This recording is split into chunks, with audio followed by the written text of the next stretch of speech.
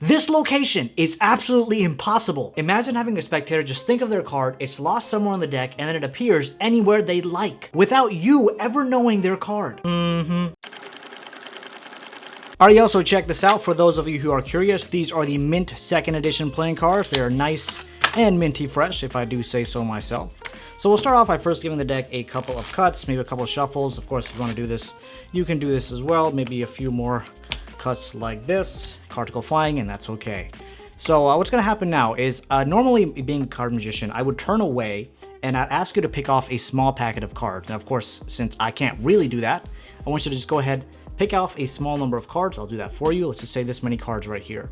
Again, normally as a magician, I would not know how many cards are in this pile, but you're going to count how many cards are in this pile and remember that number. That'll be your number. 2, 3, 4, 5, 6. So you have 6 cards in your pile. Normally as a magician, I would not know that. So now I'm going to go through this deck one card at a time, show you each card, and you're going to remember the card at your number. So your number is 6 because the number of your number of the cards in the pile was 6. So if your number was 3, you'd count 1, 2, 3, remember the 3rd card. So I'm going to go through some number of cards because, to be honest, if I was doing this as a magician, I would not know how many cards that you actually picked up. So I'm going to show you maybe a handful of cards.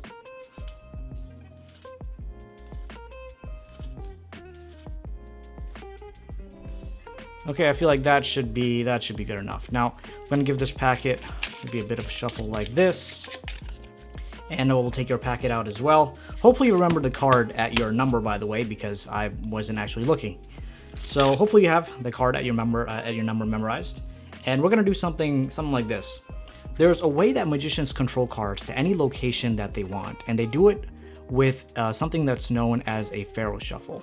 Now, what I have to do for this is I have to split the deck exactly in half and shuffle the cards together absolutely perfectly. Now, it does not work perfectly every time because I'm not like a super professional, but there we go. We have shuffle number 1, and we're going to do this one more time. And even though you haven't told me what number you want your card located at, that's completely fine because we will figure it out, or at least I hope we'll figure it out. So I shuffle number 1. And that's shuffle number 2. Now, just with that, I've controlled the card to whatever location you're about to tell me. So name any number between 1 and 52. Let's just say, just to keep things easy, you said the number 4. So check this out. 1, 2, 3. And what was your card? The Queen of Diamonds. Well, check this out. Card number 4. The Queen of Diamonds. That's amazing. Missed the camera. What up, crew? It is Magic Monday, and this is your place to learn magic, master performance, and captivate audiences. I wish I could have done a live performance for this trick, but I have no friends. But hopefully you got the gist of how this trick works, and to give you some background, it's known as Absolutely Impossible Location by Harry Lorraine, and it will drive people mad. So before we dive into the tutorial, make sure you smash that like button, hit subscribe, grab your favorite deck of playing cards, and now, let's do it. Yo, check this out. Now, before I actually start breaking this down, I'm going to actually split this video up into 2 parts. One's going to talk about the basic handling of this trick and how you can perform it. The second will talk a bit more about the advanced concepts on this effect. One thing I do want to let you know though, if you know how to do the Pharaoh shuffle, that'll make this trick a whole lot easier. If not, there are other ways so you can approach it, but I want you to learn the Pharaoh, so I'll put the link to it on the screen. If you want to proceed anyway, it's your funeral. No, I'm just kidding. Let's break it down. Now, this trick is quite a lot of fun. To get started, you want to hand the deck over to the spectator and allow them to shuffle it up as much as they like. This kind of gives them like a sense of empowerment as, oh man, I'm doing something for this trick. I'll mess with this magician. When in actuality, this does absolutely nothing, but they don't know that. So once the deck is shuffled, you take it back from them and you have the deck in your hand, move it towards the spectator, and have them pick off a small packet of cards from the top of the deck. So that's exactly what you want to tell them. Break off a small packet of cards from the top of the deck. Now, if you have one of those spectators that doesn't really listen and wants to go for like the entire deck, you kind of get a sense before you even start doing card tricks for them. So in those cases, you can tell them to pick anywhere between 1 to 10 cards because that's exactly how many cards you need, somewhere between 1 to 10. Let's say they pick out 5 cards, okay? And as they're picking off these cards, you want to either close your eyes, turn back around, and just not see what they're doing. You ask them to count how many cards there are. So they would count 1, 2, 3, 4, 5, and then have them take this packet and put it behind their back. Now, once you've done that, you come back around, open up your eyes, whatever you were doing, and you tell the spectator that whatever number that they're thinking or how many cards were in their packet, that's what their number is. And you're going to start showing them cards one at a time from the top of the deck, and they're going to memorize the card at their number. So, and you can even give them an example. If your number was 3, you'd memorize the 3rd card from the top as I'm going through. So, right, so now you start this process. You're going to show them 12 cards, okay? You're going to show them 12 cards, and you'll see why that's important in a second. We're showing them 1, 2, 3, 4, 5. Remember that card. So the spectator will be memorizing the Queen of Spades. 6, 7, 8, 9, 10, 11, 12. Obviously, don't count these out loud. You want to make sure that you're doing 12 cards, count them in your mind slowly, okay? And what you can do as you're doing this, so it doesn't seem very boring of, okay, I'm just showing you cards, try to have some kind of interaction with the spectator where you're trying to maybe read their face or read their expressions or something like that. This kind of makes it, again, a bit more fun and engaging. Once you have those 12 cards, your goal now is to cut these 12 cards to the bottom of the deck. There are a couple ways that you can do this. Since this is the simple method, I'm going to show you how I do it very easily without more complex stuff like I did in my performance. What you're going to do is replace these cards on top of the deck and hold a pinky break. Right, hold a pinky break right here. And now you're going to do something known as a double undercut, where you're breaking off half the packet here from the bottom. Right, so right here you break off half the packet, move it to the top, and now take the rest of the cards underneath that break, move that to the top as well, getting those 12 cards controlled to the bottom. And if you don't like doing the double undercut, again, I'll show you a more advanced method that kind of seems a bit cooler in the advanced portion of this tutorial. Now you have those cards on the bottom. You can continue giving the deck maybe a couple of false cuts.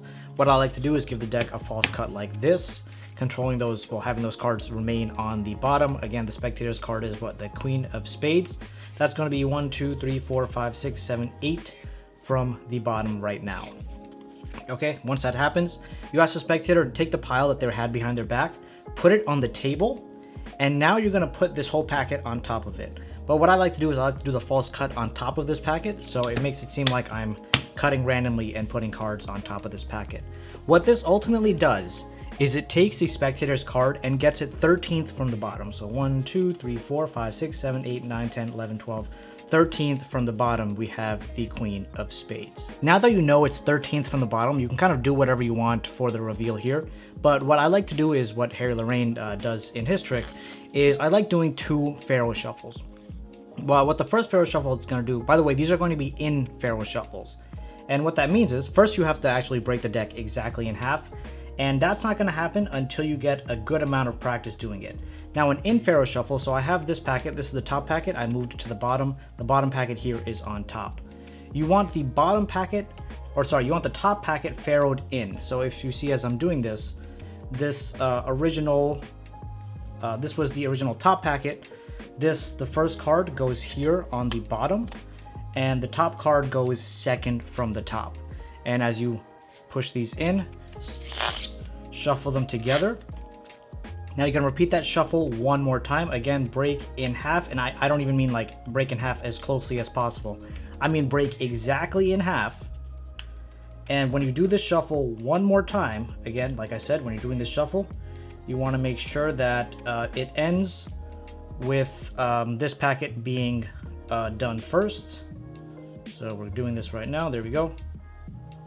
Sorry, messed that up. My shuffles are not always perfect, so you're gonna have to excuse me on this one. But as long as you break the packet in half, the second time you do the Pharaoh shuffle, it doesn't have to be perfect. But you need to make sure that this card, the card that was originally on the bottom half, comes to the top, because that card is the spectator selected card. So what those 2 Pharaoh shuffles ultimately did is control that card right to the top. Now as I'm doing this, I kind of cover it with, there's this method called the Pharaoh shuffle where you interleave the cards together perfectly, split them in half perfectly. It controls the cards to wherever the spectator is going to predict, which I think is a pretty cool way of not being great at the Pharaoh shuffle. Like, I'm not perfect with the Pharaoh shuffle whatsoever, but it's a good way of not having to be great at the Pharaoh shuffle, but kind of still show the spectator that you're struggling at some level, and they kind of have to bear with you because it requires some level of perfection. So at this point, the card is on top. What I like to do in the more advanced stuff, I like having the spectator count down to as many cards as they want, and then I do the reveal. But for this, what you can do is you can say, okay, I want you to tap the top card, and as soon as you tap it, it'll turn into your card. Or I want you to name your card, and as soon as you say the name, it'll jump to the top. So you can do this, and if you want to make it a bit more fancy, maybe you can put in like the top shot where you snap your fingers as they say the name of their card, and you snap it over. Sorry, let's try it one more time.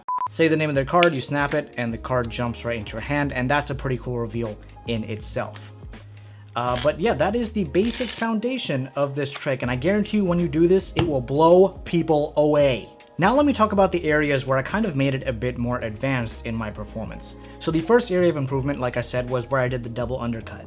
But instead of doing the double undercut after you've shown those 12 cards, what you can do is you can do a controlled overhand shuffle. Now again, this is a bit more advanced, and if you want to learn a bit more about it, I'll put the link to this on the screen so you can learn more about it. You've shown those 12 cards. What you want to do now is in-jog the card here at the top of the deck, and the way that you're in-jogging, you're taking your thumb, pushing it down, and I like to do this. I tilt my hand up towards me, tilt my wrist up towards me, then I push this card down as I'm showing these, and when I return these, I square these up with the deck like this, and you can see I have that one card here. So now what I'm going to do is, as I'm going to come over, I'm going to push down and forward. Now I have a break under this top packet of 12 cards, so I can throw that over like this and continue doing the shuffle like so. And that queen will now be, I think, 8th from the bottom. 1, 2, 3, 4, 5, 6, 7, 8. Yep, that queen, the selected card, will now be 8th from the bottom. And then when the spectator returns their cards, you can continue with the same process of doing this, and then it'll be 1, 2, 3, 4, 5, 6, 7, 8, 9, 10, 11, 12, 13th from the bottom. So doing that controlled overhand shuffle to get those cards to the bottom, I think is a better way than doing a double undercut, because it just seems a bit strange to do, in my opinion. But if that's what you're more comfortable with, you're just a beginner starting off with this, I'd recommend going with the first method. But then again, learning this method, you will kill it in the future. Now the other part of the trick where I kind of changed up a little bit and I made it a bit more difficult but a lot more fun is after doing the second pharaoh.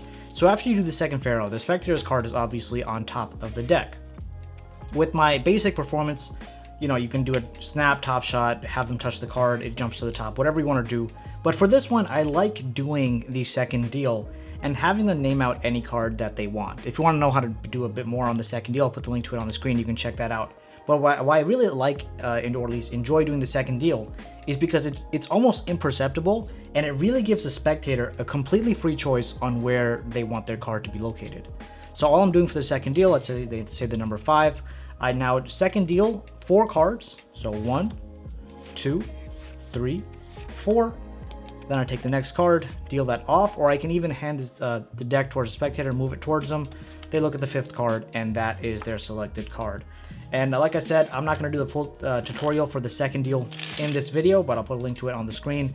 And you should definitely learn it because it is a killer move. And that is the absolutely impossible location. Enjoy. Now, if you want to see another impossible level type card trick, click on this video right here. You will not regret it. And if you want to help support this channel, consider joining me on Patreon. The link will be right below me. I'd appreciate you checking it out. Thanks so much for watching. Hope you have a great day ahead. Love you guys, and I'll see you in the next one. Deck drop.